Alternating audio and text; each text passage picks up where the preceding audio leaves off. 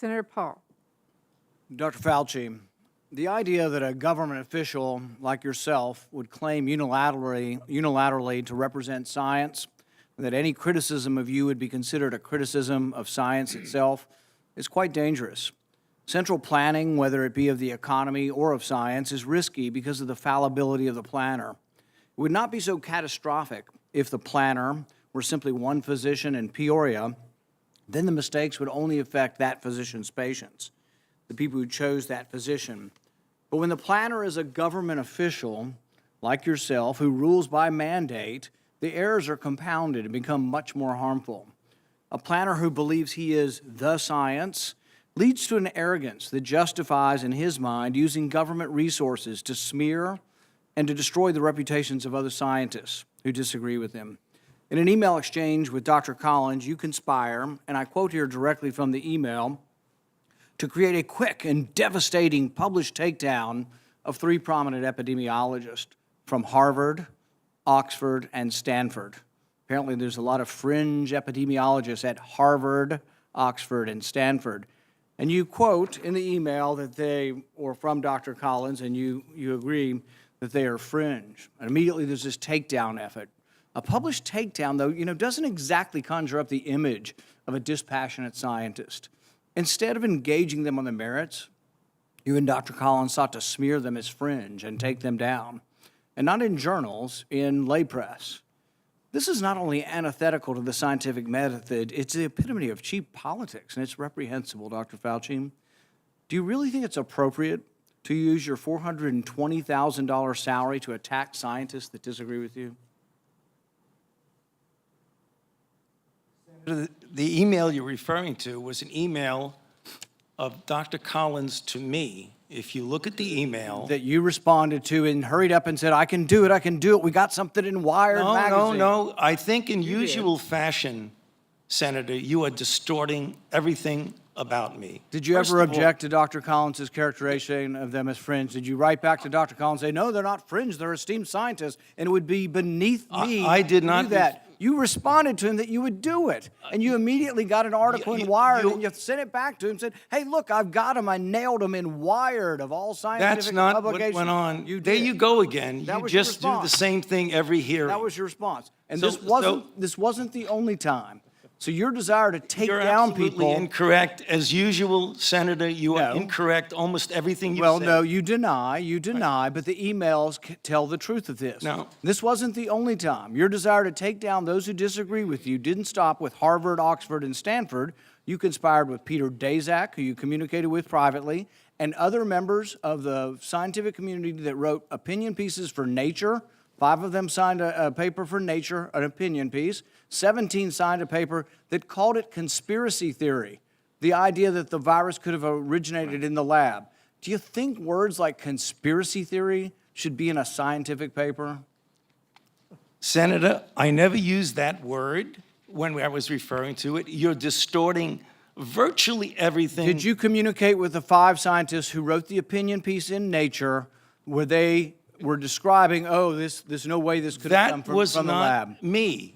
Did you talk with any of those scientists privately? You keep distorting the truth. It is stunning how you do that. Did you talk to any of the scientists privately who wrote the opinion? You did. Well, what were they telling you privately? Well, let me explain. You're going back to that original discussion when I brought together a group of people to look at every possibility with an open mind. So not only are you distorting it, you are completely turning it around, as you usually do. Were most of the scientists that came to you privately, did they come to you privately and say, no way this came from the lab?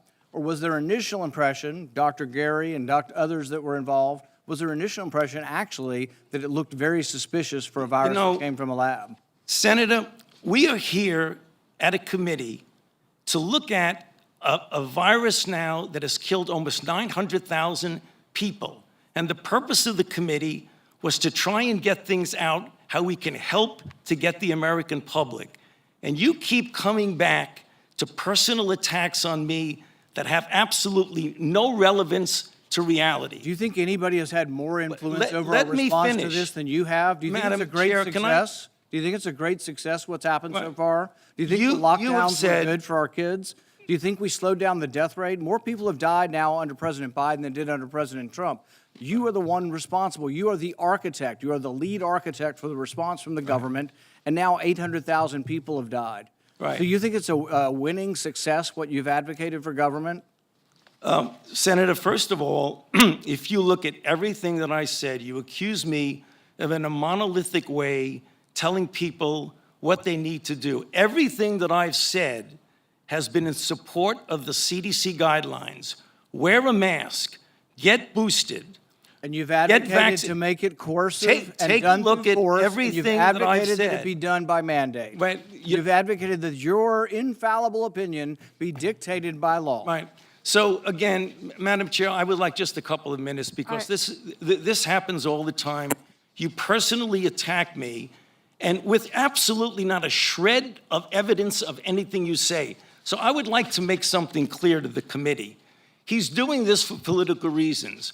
What you need to do is, he said in front of this committee. You think your takedown of three prominent epidemiologists was not political? You don't want me that to was my finish because you question. know what I'm going to say. That was the question. Senator, were you political in taking down these three prominent epidemiologists? Senator Paul, if you would please, I'm going to allow this, Dr. Fauci to respond. We have a number of senators who would like to ask questions, and I would like him to be able to respond. Please do so.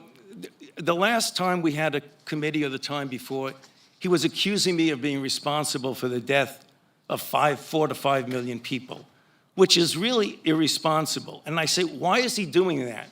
There are two reasons why that's really bad.